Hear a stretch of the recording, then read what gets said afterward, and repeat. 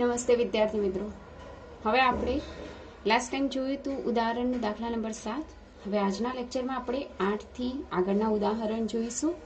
બરાબર. ઉદાહરણ નંબર 8 તમે કાઢો. ટેક્સ્ટ બુકનું પાના નંબર છે 124. એની અંદર રકમ જુઓ કે કારના એક્સિડન્ટને તાદશ્ય કરવા માટે કારના ઉત્પાદકો જુદા જુદા સ્પ્રિંગ અચળાંકવાળી સ્પ્રિંગ સાથે કારની અથડામણોનો અભ્યાસ કરે છે. એવું તાદશ્ય વિચારો કે જેમાં 18 કિલોમીટર પર અવરની ઝડપથી, એટલે ઝડપ કહે છે v, 18 કિલોમીટર પર અવર, એને મીટર પર સેકન્ડમાં કન્વર્ટ કરીએ તો 18 ગુણ્યા 1000 ભાગ્યા 3600 કેન્સલ, એટલે આવશે 5 મીટર પ્રતિ સેકન્ડ. આ વેગ મળ્યો. આગળ કહે છે કે 1000 કિલોગ્રામ દળ આપેલું છે m બરાબર 1000 kg. સમક્ષિતિજ રીતે લગાડેલ 6.25 ગુણ્યા 10 ની 23 બળ અચળાંક આપેલો છે, એટલે k આપેલો છે 6.23 ગુણ્યા 10 ની 3 ન્યૂટન પર મીટર. હવે લીસો કીધો છે, રસ્તો કેવો છે? લીસો સમક્ષિતિજ, એટલે અહીંયા ઘર્ષણ બળ કેવું લાગશે? 0 લાગશે. સ્પ્રિંગ અચળાંકવાળી સ્પ્રિંગ સાથે અથડાય છે. અહીંયા સ્પ્રિંગ અચળાંક પેલા એની સાથે અથડાય છે, તો સ્પ્રિંગનું મહત્તમ સંકોચન કેટલું? એટલે સંકોચન, જે સ્પ્રિંગ સંકોચાય ને એ સંકોચન એટલે કે xm બરાબર કેટલા? અહીંયા દેખીતી વસ્તુ છે કે જે સ્પ્રિંગની સ્થિતિસ્થાપકીય ઉર્જા હતી, સ્પ્રિંગની સ્થિતિસ્થાપકીય ઉર્જા એનું શેમાં રૂપાંતર થશે? તો ગતિ ઉર્જામાં રૂપાંતર થઈ જશે. બરાબર. સ્પ્રિંગની સ્થિતિસ્થાપકીય સ્થિતિ ઉર્જા એટલે 1/2 kxm નો સ્ક્વેર બરાબર ગતિ ઉર્જા એટલે 1/2 mv સ્ક્વેર. બંને બાજુ 1/2 કેન્સલ. xm શોધવાનું છે એટલે k ને બરાબરની પેલ બાજુ લઈ જઈએ એટલે mv સ્ક્વેર ભાગ્યા k થઈ જશે. તો xm બરાબર શું થશે? વર્ગમૂળમાં m ભાગ્યા k અને v સ્ક્વેર નું વર્ગમૂળ તો v થઈ જશે. બસ આની અંદર કિંમત મૂકી દો. m બરાબર કેટલા લેવાના? 1000. k ની કિંમત કેટલી લેવાની? આ. અને v ની કિંમત 5. જે બી આન્સર આવશે એનો એકમ કયો રહેશે? મીટરમાં. તો આ રીતના ઉદાહરણ નંબર 8 તમે કરી શકો છો. ત્યારબાદનું જે ઉદાહરણ નંબર 9 છે એ 9 ની રકમની અંદર જુઓ, આની આ જ રકમ છે, માત્ર ફરક શું છે કે અહીંયા લીસો રોડ છે નહીં, એટલે કે અહીંયા ઘર્ષણ બળની હાજરી છે. બરાબર. એટલે આનો આ જ દાખલો છે, પણ આને અલગ રીતે બતાવવાનું છે. એ લોકો શું કહે છે? તો જો દાખલા તરીકે આ દિવાલ છે જેની સાથે એ લોકો પ્રયોગ કરે છે. અહીંયા સ્પ્રિંગ અને સ્પ્રિંગની સાથે બ્લોક, એમ દળનો બ્લોક. બરાબર. હવે શું કહે છે કે અહીંયા જે રસ્તો છે એ રસ્તો લીસો નથી, એટલે કે ઘર્ષણ બળ છે. એટલે ત્યાં કયું બળ ઉત્પન્ન થશે? ઘર્ષણ બળ. ઘર્ષણ બળ વડે થતું કાર્ય અને બીજું સ્પ્રિંગ વડે થતું કાર્ય, એટલે કુલ કાર્ય કેટલું થશે? એક તો ઘર્ષણ બળની વડે થતું કાર્ય, તો ઘર્ષણ બળ એટલે આપણે કેવું લખીએ? Fs, અને સંકોચન થાય એટલે xm. બરાબર.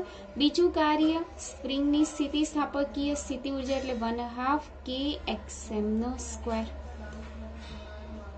એટલે w બરાબર Fs ની જગ્યાએ શું લખશો?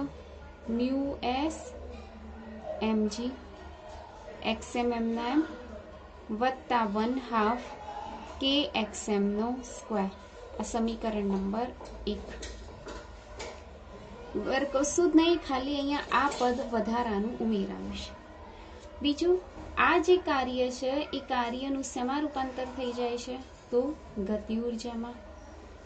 ચલો ગતિ ઉર્જા, તો કાર્યનું સૂત્ર મૂકીએ અહીંયા μs mg xm વત્તા 1/2 kxm નો સ્ક્વેર, અને ગતિ ઉર્જા 1/2 mv સ્ક્વેર. ચલો 1/2 mv સ્ક્વેર આ બાજુમાં આવી જાય તો પદની થોડીક આડાવડી કરું, આને પહેલા લખી કાઢું એટલે 1/2 kxm નો સ્ક્વેર વત્તા mu S M G X M આ પદ બરાબરની આ બાજુમાં આવે એટલે માઇનસ -1/2 mv સ્ક્વેર બરાબર શું થઈ જશે 0 થશે. ચલો અહીંયા 2 નું લસા લઈ લઈએ તો અહીંયાથી 2 કેન્સલ થઈ જશે. અહીં શું રહેશે kxm નો વર્ગ.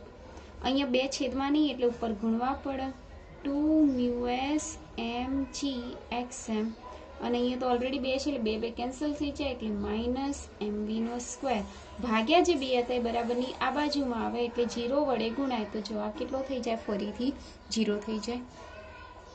આ જે સમીકરણ છે અને આપણે સમીકરણ નંબર 2 કહીએ. સમીકરણ 2 ને ax² વત્તા bx વત્તા c બરાબર 0 સાથે સરખાવતા એની સાથે સરખાઈએ. ચલો સરખાવો તો xm નો સ્ક્વેર એટલે x નો વર્ગ છે. અહીંયા xm એટલે અહીંયા x છે એટલે જે વસ્તુ એની સાથે સરખાઈ દઈએ તો a બરાબર k થઈ જશે. દેખાય છે એની જગ્યાએ k, b ની જગ્યાએ આખું આ પદ થઈ જશે b બરાબર 2 મ્યુ એસ mg અને c બરાબર -mv નો સ્ક્વેર. આ જે સમીકરણ છે એને કહીએ છીએ આપણે ધોરણ 10 માં જોઈ ગયા દ્વિઘાત સમીકરણ. દ્વિઘાત સમીકરણનો ઉકેલ શું થાય છે તો કંઈક આવો થાય છે x બરાબર -b પ્લસ ઓર માઇનસ વર્ગમૂળમાં b² - 4ac ભાગ્યા 2a. બરાબર પ્લસ ઓર માઇનસ છે એટલે આના 2 ઉકેલ લઈ લઈએ. x ની જગ્યાએ x અત્યારે રાખીએ -b પ્લસ વર્ગમૂળમાં b² - 4ac ભાગ્યા 2a. બીજો ઉકેલ શું થશે તો x બરાબર -b માઇનસ વર્ગમૂળમાં b² - 4ac અને ભાગ્યા 2a. બરાબર છે એટલે x ના 2 ઉકેલો 2 જવાબો મળશે. આની અંદર બધી કિંમત મૂકો. b ની જગ્યાએ તમે શું મૂકશો આ કિંમત મૂકશો, a ની જગ્યાએ k મૂકશો અને c ની જગ્યાએ આ કિંમત મૂકો. આ k ની કિંમત આપણે આગળના દાખલામાં જોઈ. આ બધા ડેટા લેવાના છે k v આ બધી કિંમતો લેવાની છે જો ખાસ. બરાબર આ બધી કિંમતો આની અંદર મૂકી દેવાની.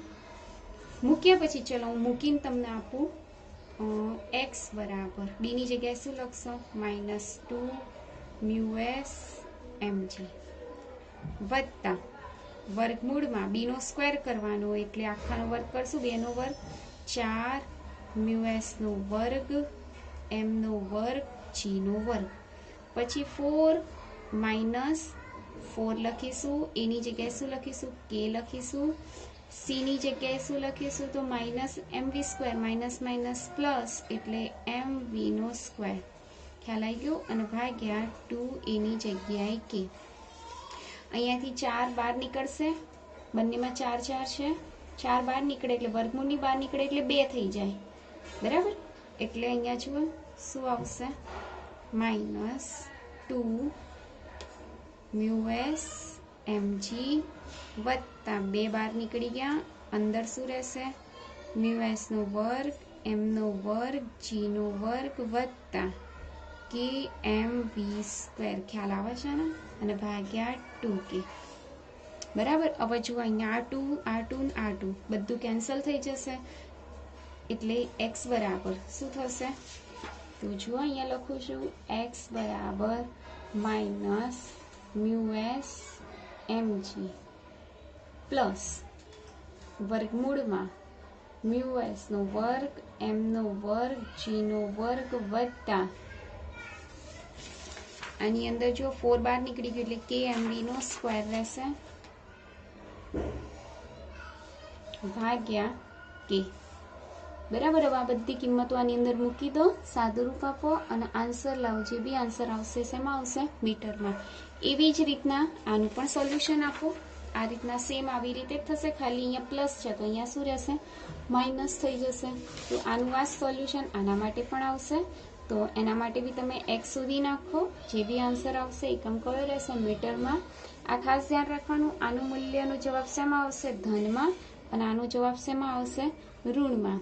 ઋણ પોસિબલ હોતો નથી એટલે જવાબ તમારો કયો સાચો આ સાચો હશે. તો આ રીતના તમે ઉદાહરણ 9 પણ કરી શકો છો. ત્યારબાદ આપણે જોઈએ ઉદાહરણ નંબર 10 જોઈએ. કાઢો રકમ ઉદાહરણ નંબર 10ની. તો જો ઉદાહરણ નંબર 10 127 નંબરના પાના ઉપર છે.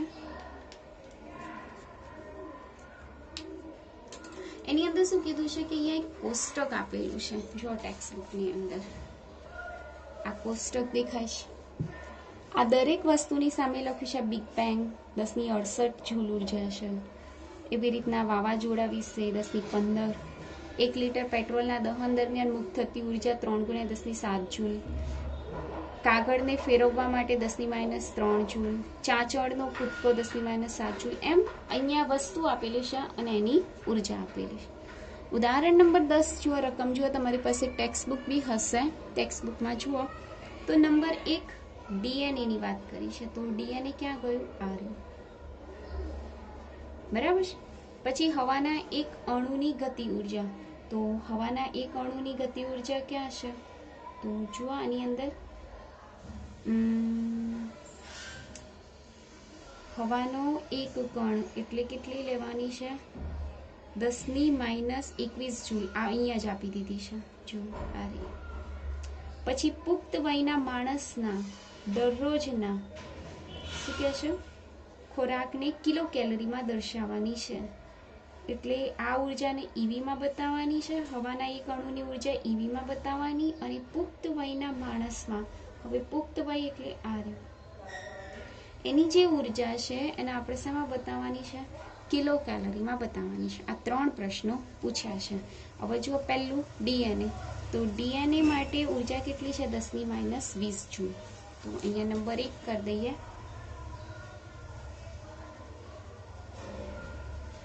ડીએનએના એક બંધને તોડવા માટે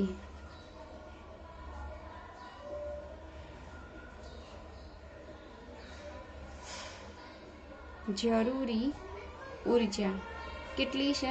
10^-20 જૂલ. એક વસ્તુ યાદ રાખવાનું કે 1 ઈવી બરાબર 1.6 × 10^-19 જૂલ થાય. તો 1 જૂલ બરાબર 1/1.6 × 10^-19 ઈવી થાય. બરાબર, આ વસ્તુ યાદ રાખ્યું. હવે જુઓ ઉર્જા કેટલી છે આપણી પાસે? 10^-20 જૂલ. જૂલની જગ્યાએ આપણે શું લખીશું? 1/1.6 × 10^-19. અને જે બી આન્સર આવશે એકમ કયો રહેશે? એનો ઈવીમાં રહેશે. બરાબર. હવે જુઓ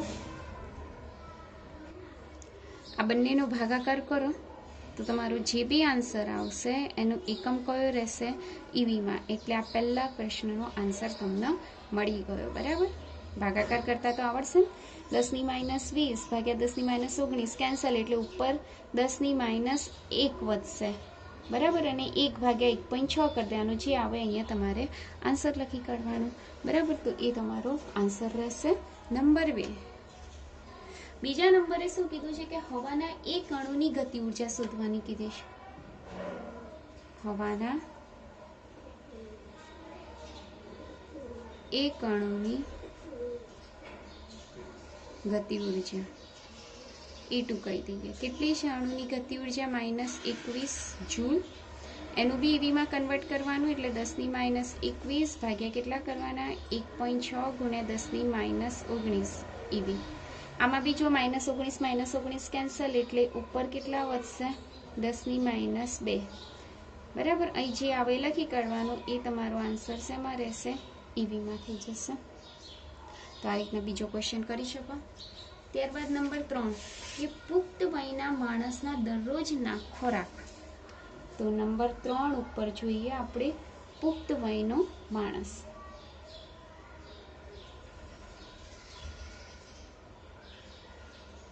માણસના દરરોજના ખોરાકમાંથી મળતી ઉર્જા કેટલી છે? 10^7 જૂલ. તો આમાં કેલરીમાં ફેરવવાનું છે.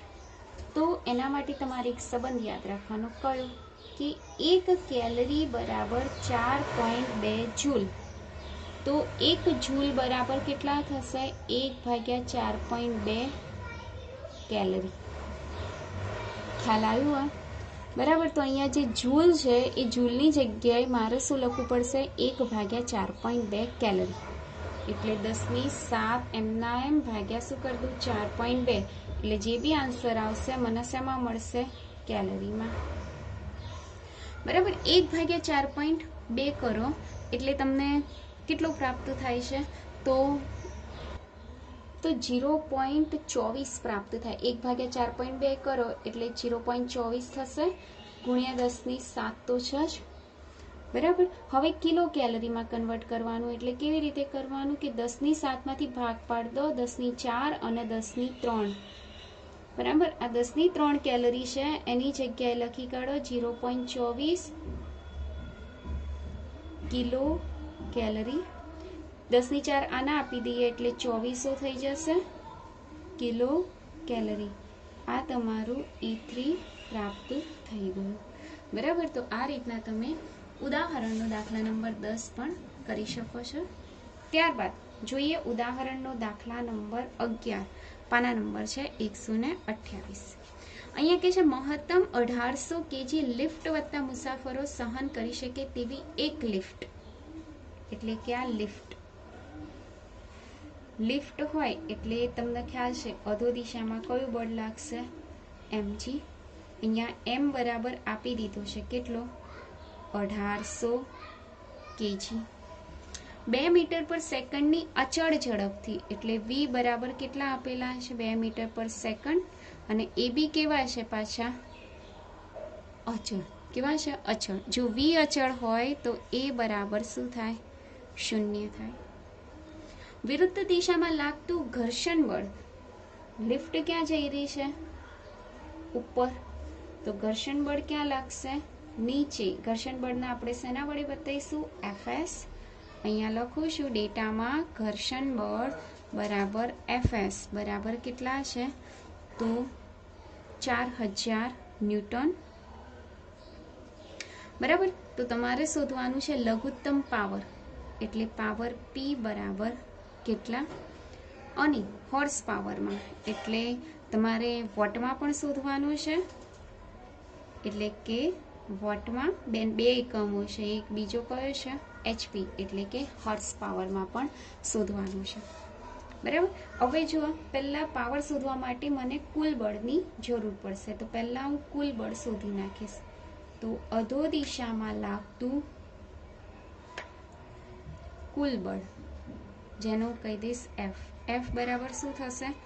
mg વત્તા Fs. ચલો m કિંમત મૂકી દો. m ની કિંમત કેટલી? 1800. g ની કિંમત કેટલી? 10 લઈ લો. બરાબર. એટલે અહીંયા થઈ જશે 18000 વત્તા Fs ની કિંમત કેટલી? 4000. એટલે 18000 વત્તા 4000 એટલે કેટલા થશે? 22000 થશે. ખ્યાલ? પાવર શોધવાનું છે. એટલે પાવર P બરાબર સૂત્ર કયું છે? F × V. પાવર એટલે શું લખીએ છીએ આપણે? F × V. F ની કિંમત 22000. V ની કિંમત 2 એટલે કેટલા આવશે? 44000. આ શેમાં મળ્યું? વોટમાં. હવે મારે HPમાં શોધવાનું છે. એટલે 44000 ભાગ્યા કેટલા કરી દેવાના? 746. એટલે જે બી આન્સર આવશે એનો એકમ કયો રહેશે? હોર્સ પાવર HPમાં. એટલે આપણે બંને પાવર મેળવી લીધા. એક 44 વોટમાં અને બીજો કયો?